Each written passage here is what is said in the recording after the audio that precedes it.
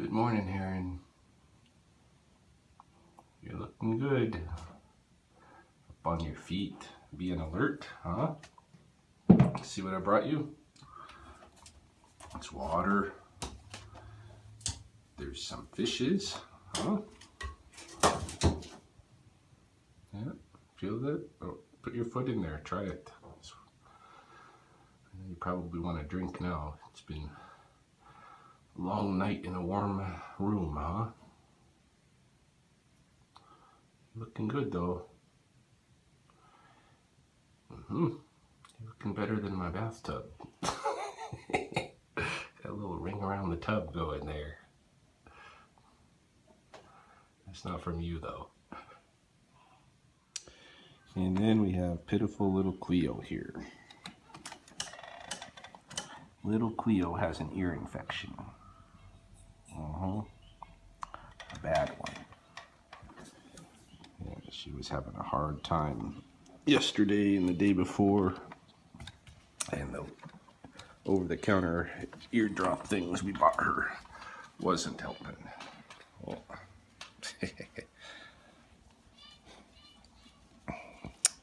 so she went to the vet yesterday and they cleaned her ears and they put some medicine in. She's got to wear this thing, this contraption for a week and then go back, get some more medicine and maybe wear it another 3-4 days, huh? Poor Cleo. Fizzy, just trying to take advantage. Leave her alone. Leave her alone. Get your face out of there. So, Heron has been standing in her water bowl for a little bit. Probably feels good. A little bit more like what she's accustomed to. Has not touched her fish. I don't know if she's going to. My aunt was telling me if I catch a mouse, throw the mouse in here. She'd probably like that. But I've been talking to the Rehabilitation Society, the Wildlife Rehabilitation Society in Calgary, and it looks like me and Heron are going to take a drive north today. Yeah, we'll probably have to take Cleo with us. Okay, I'm on the road, obviously, on my way to Nanton, Alberta. Getting there, I'm about 15-20 minutes out. I have my sidekick, Cleopatra, with me for the trip. Cleo, you gotta sit still, honey. Cleo's having a little bit of a problem sitting still, unlike the Heron, who is in the far back, who has comfortably laid down the whole ride. We've been on the road just over an hour, and actually, like right about now, I'm supposed to be meeting a representative in Nanton, a representative from the Calgary Wildlife Rehabilitation Society. I've had previous involvement with this organization. It's used me to effect releases before when there's animals that are coming from the south, particularly painted turtle. They passed me off to release a spobekimi one time. And I'm hoping that they give me the heron to return when it's ready to be done. But right now, the heron needs good care, needs a good facility. It's not going to be able to be released during the winter here. It's going to have to wait till spring. So it needs somewhere it can be housed until spring. You know, if it's got, as my auntie believes, parasite problem, those parasites can be flushed and can be nourished back to health, good, strong health, be ready to go. I think this Heron has a really good chance of returning to the wild. I think it's almost 100% chance. It's not a problem. Got to it in time, I believe. Looking at how alert it is, you know, it's not quite strong enough to run away from people, but it's still got its mojo with it. So I think it can be helped, and the best thing I can do for it is to bring it to a place where they have veterinarians to work with it, and they've got facilities and resources to feed and house it appropriately. I mean, I know I could pull it off at my house, but better to bring it up here. Hopefully someday I'll have my own rehabilitation center in Lethbridge. We need one there. Animals that are hurt or having issues are always finding me, or the people will direct me to them. You know, one way or another, I seem to be the conduit healer for these animals, and it'd be nice to have a facility someday perhaps. But today, I'm passing this Heron off to where I know it'll get appropriate care.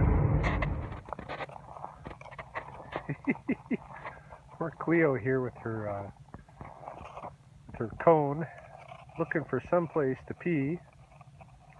We're in the foothills, the eastern slopes of the Rocky Mountains. We are in search of a good grove of spruce or fir, something that looks Christmas tree-ish. Oh, Cleo found her spot. Good girl, good girl. Yeah, because we passed off the heron. The heron is now in the hands of the Calgary Wildlife Rehabilitation Society folks, and I'd like to keep posted on it to find out what happens. Ultimately, hopefully I can release it back at Shpopikami when the time comes.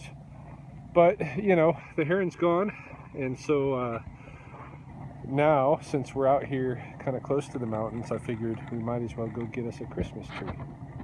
You know, because I'll be damned if I'm going to pay $50 for a farm-grown tree, or if I'm going to put a piece of plastic in my house, a representation of a tree. There's no winning. There's no winning, you know, with the whole Christmas thing. But there are fir trees and there are spruce trees out here, so I'm going to find a good patch and we're going to get ourselves a tree to take home. So we got that covered. Hey, this is what I'm talking about. Nice forest, tons of trees,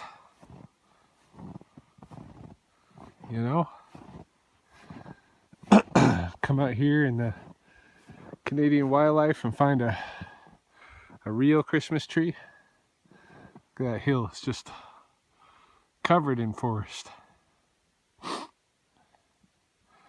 Yeah,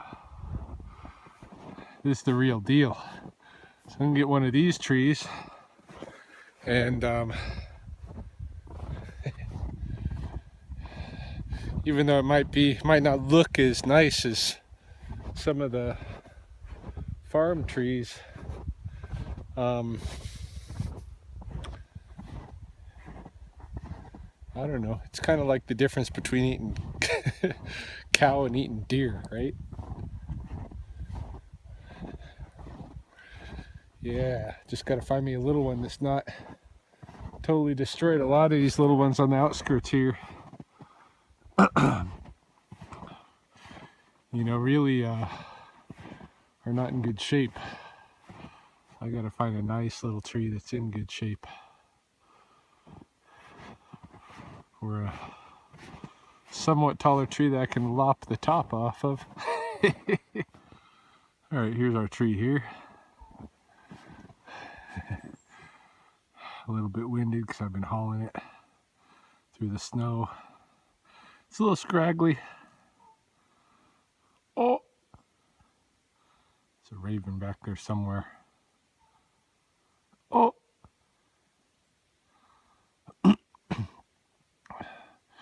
Yeah, real little scraggly, little uneven, little thin. I don't care. It's a tree. It's our tree. In the house, I'm sure it'll look fine, you know. Alright, here it is. Undecorated, of course. But in its Christmas tree position. Tomorrow I'm gonna lay the skirt around the base that my mom made me a long time ago and hang up some ornaments and this kind of thing, and maybe make it fit the room a little bit better, you know.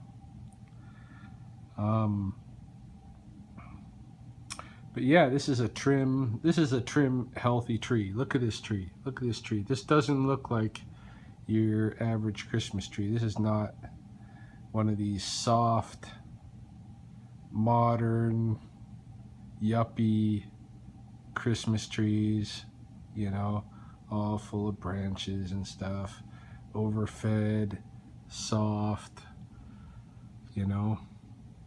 This is a real tree. This is a supple, healthy tree right here. It's a wild tree. It's not your diabetic tree. It's a good Christmas tree. If you're gonna cut down a tree, you know, to be you know, some part of your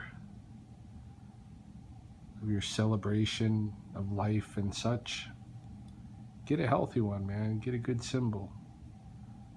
Don't take one of those diabetes trees.